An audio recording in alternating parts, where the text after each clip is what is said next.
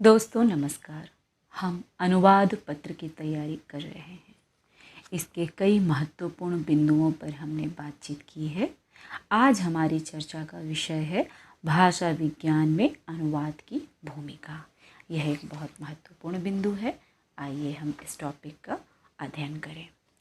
अनुवाद का भाषा ही नहीं, भाषा विज्ञान से भी गहरा संबंध है।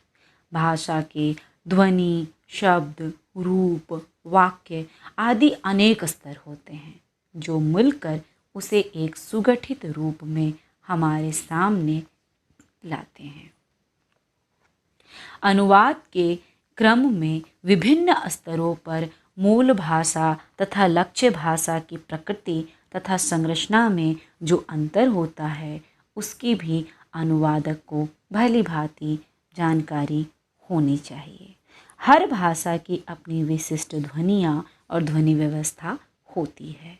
हर मात्रा, हर भाषा का अपना शब्द भंडार होता है। यहाँ जो कहा जा रहा है इसे ध्यान दीजिए कि हर भाषा की अपनी विशिष्ट ध्वनियाँ और ध्वनि व्यवस्था होती है। हर भाषा का अपना शब्द भंडार होता है। हर भाषा की रूप व्यवस्था अर्थात पदों के लिंग, वचन, पुरुष, कारक व्यवस्था, क्रिया के काल, पक्ष, विधि, अन्विति आदि की व्यवस्था भी भिन्न होती है। इसके अलावा कई समान प्रतीत होने वाले वाक्य संरचनाओं के अभिहित अर्थ भी दो भाषाओं में भिन्न भिन्न हो सकते हैं। इन विविध स्तरों पर दो भाषाओं की प्रकृति, संरचना, शैली आदि में जो अंतर होते हैं वे समान प्रतीक होने वाले प्रसंगों में भी अलग अलग अर्थ भर देते हैं। अनुवाद में भाषांतरण के बावजूद अर्थ की रक्षा अपरिहार्य होती है। अतः अनुवादक को स्रोत तथा लक्ष्य भाषा की प्रकृति, संरचना, विविध भाषिक तथा व्याकरणिक स्तरों, विभिन्न शैलियों तथा इन तमाम पक्षों से संबद्ध अर्थ व्यंजनाओं का संपूर्ण ज्ञान होना चाहिए। भाषा विज्ञान के प्रत्येक महत्वपूर्ण घटक का अनुवाद से विशिष्ट अंतर संबंध है। इस पर चर्चा आवश्यक है। आइए हम इन महत्वपूर्ण घटकों का बारी बारी से अध्ययन करें। अनुवाद और ध्वनि विज्ञान। ध्वनि विज्ञान के अंतर्गत भाषा की विभिन्न ध्वनियाँ, ध्वनि गुच्छों, स्वनिमों, ध्वनि गुणों, अक्षर, मात्रा, बलाघात, सुर लहर आदि का अध्ययन किया जाता है। ध्वनि भाषा की मूलभूत इकाई होती है और हर भाषा की अपनी विशिष्ट ध्वनि व्यवस्था होती है।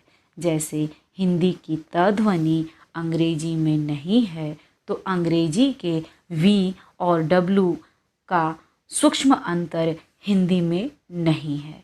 ध्वनियाँ तो भाषा विशिष्ट होती हैं।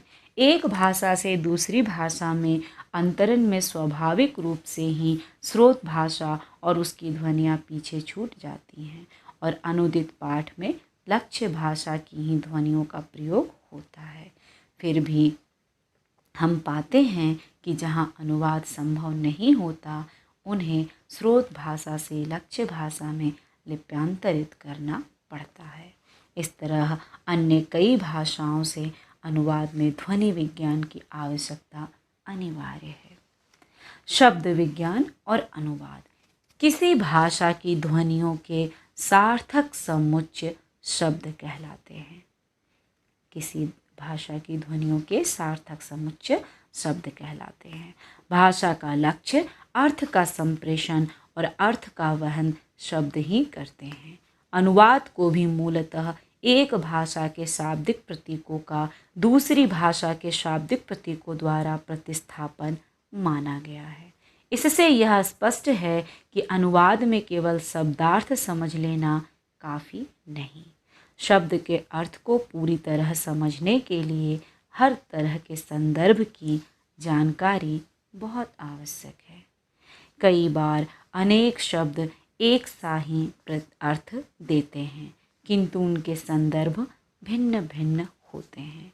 हिंदी क्षेत्र में विभिन्न सामाजिक स्थितियों में पति के लिए भिन्न भिन्न शब्दों का प्रयोग होता है, जैसे स्वामी, आदमी, मर्द, भतार, खसम आदि।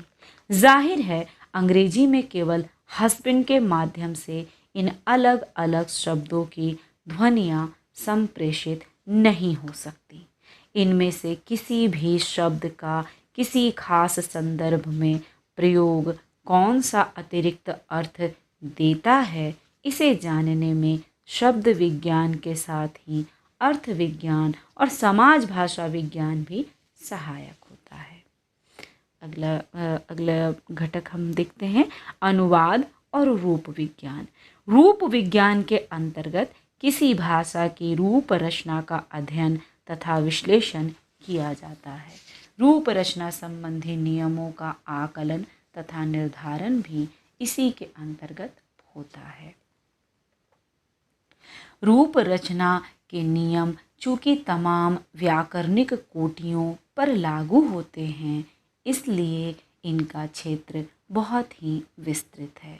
संज्ञा तथा सर्वनाम के कारकीय रूपों की रचना, संज्ञा, सर्वनाम तथा विशेषण और क्रिया के लिंग, वचन, पुरुष आदि का बोधन, कृदंतों की रचना, व्याकरणिक कोटि में परिवर्तन, समाज रचना आदि सभी क्रियाओं तथा प्रक्रियाओं का अध्ययन रूप विज्ञान के क्षेत्र में आता है। इसलिए अनुवादक को स्रोत भाषा तथा लक्ष्य भाषा दोनों की ही रूप रचना से भली भांति परिचित होना आवश्यक है। अगला बिंदु देखिए अनुवाद और वाक्य विज्ञान। वाक्य अर्थ संप्रेषण की इकाई है, जिसकी रचना रूपबद्ध शब्दों के संयोजन से होती है। वाक्य विज्ञान के अंतर्गत सामान्य रूप से भी और भाषा विशेष के संदर्भ में भी वाक्य रचना और इसके विभिन्न पक्षों का अध्ययन विश्लेषण किया जाता है। वाक्य विज्ञान की जानकारी भाषा के सही स्वरूप को समझने के लिए बहुत ज़रूरी है, क्योंकि भिन्न भिन्न अर्थों के संप्रेषण के लिए भाषा में भिन्न भिन्न प्रकार की वाक्य रचनाओं का प्रयोग किया जाता है। अतः अनुवाद के लिए वाक्य विज्ञान की जानकारी महत्वपूर्ण है। अनुवाद और अर्थ विज्ञान। अनुवाद और अर्थ विज्ञान। भाषा का कार्य अर्थ का संप्रेषण है और अर्थ विज्ञान में भाषा के अर्थ पक्ष का ही अध्ययन किया जाता है। शब्दों के अर्थ संदर्भ, प्रयोग, काल, स्रोत, लिंग, सहप्रयोग, बलाघात, अनुतान आदि से ही निर्धारित होते हैं। मतलब ये जो हमारे जो अर्थ होते हैं, किसी भी भाषा में जो अर्थ होते हैं, इस अर्थ को समझने के लिए हमें किन किन उसके तत्वों से गुजरना पड़ता है। मतलब अर्थ खुलते हैं किन किन तत्वों से, उनमें आते हैं संदर्भ, प्रयोग, काल, स्रोत, लिंग, सहप्रयोग, बलाघात, अनुतान। तो इसे हम उदाहरण के साथ समझते हैं कि उदाहरण देकर जैसे अगर संदर्भ जब हम किसी शब्द का संदर्भ जानते हैं तब उसका अर्थ निकालना ज़्यादा आसान हो जाता है। जैसे संदर्भ शब्द का अर्थ उसके संदर्भ से कैसे निर्धारित होता है, इसको कितने ही उदाहरण हम देख सकते हैं। व्यंग्यार्थ तो केवल संदर्भ से ही स्पष्ट होता है। इसके अतिरिक्त अनेकार्थी शब्दों के अर्थ भी केवल संदर्भ से स्पष्ट होते हैं। जो व्यंग्यार्थ होते हैं इसे तो हम संदर्भ के साथ ही समझ सकते हैं, वरना हम उसका सही अर्थ नहीं लगा पाएंगे। और जो अनेकार्थी शब्द होते हैं, जैसे कि कोई एक शब्द है लेकिन उसके कई अर्थ हैं, तो ऐसे अनेकार्थी शब्दों के अर्थ को जानने के लिए भी हमें उसका संदर्भ जानना बहुत ज़रूरी है। जैसे कि मान लीजिए हमने शब्द लिया फायर। फायर संज्ञा रूप में इसका मतलब होता है आग। क्रिया रूप में इसका अर्थ होता है गोली चलाना। और दूसरे क्रिया रूप में इसका अर्थ होता है नौकरी से निकालना। अब हम दूसरा ये जो अर्थ विज्ञान है, अर्थ विज्ञान में अभी अभी हमने बात की कि अर्थ को समझने के लिए हमें कई सारे तत्व सहायक होते हैं, जिनमें अभी हमने एक तत्व देखा संदर्भ, जो संदर्भ हमें अर्थ को समझने में सहायक होते हैं। वैसे ही स्रोत है, तो किस स्रोत से यह शब्द आ रहा है उससे भी हमें बड़ी सहायता मिलती है अर्थ ग्रहण करने में। तो अब यह है स्रोत। अर्थ का उद्घाटन उसके स्रोत पर भी निर्भर करता है। तात्पर्य, किसी शब्द के अर्थ को समझने के लिए उसके स्रोत का ज्ञान भी जरूरी है। उदाहरण के लिए अंग्रेजी शब्द चेक, CHECK, चेक को देखते हैं। इसका एक अर्थ है रोकथाम या नियंत्रण, किंतु अमेरिका में इसी शब्द का प्रयोग बैंक के चेक के लिए भी किया जाता है, जबकि ब्रिटिश अंग्रेजी में इसके लिए प्रयुक्त शब्द की वर्तनी CHEQUE है।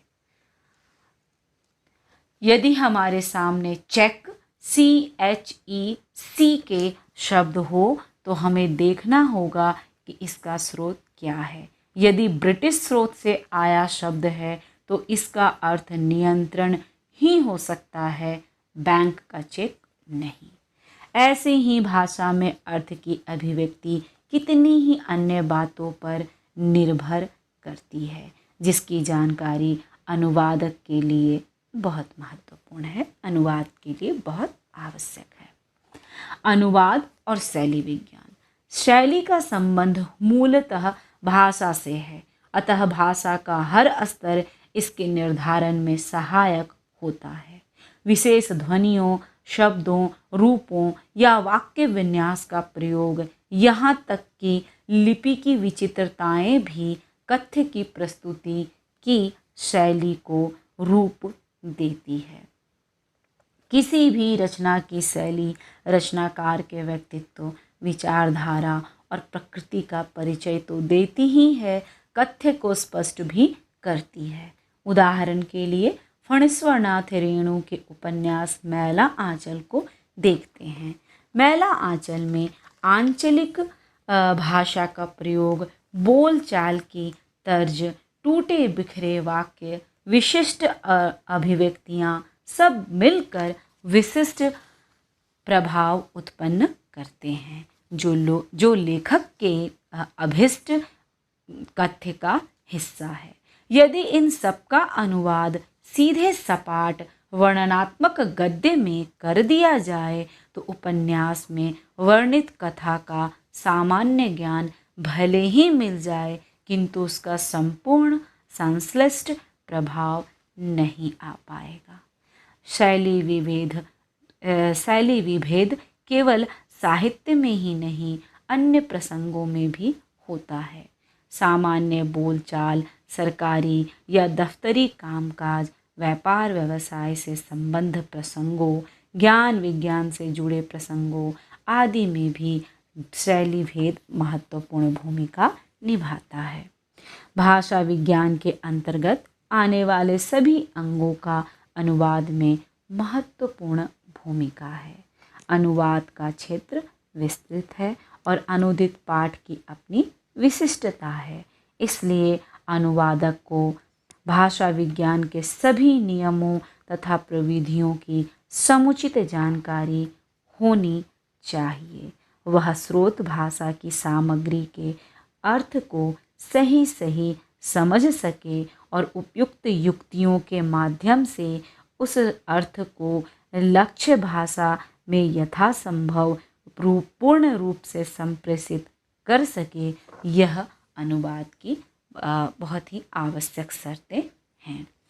मित्रों, इस तरह हमने देखा कि अनुवाद में भाषा विज्ञान की भूमिका बहुत महत्वपूर्ण है और इस तरह से जब तक हम भाषा विज्ञान की बारीकियों को, उसके सारे घटकों को, तत्वों को नहीं जानेंगे, समझेंगे, हम एक अच्छा अनुवाद नहीं कर पाएंगे।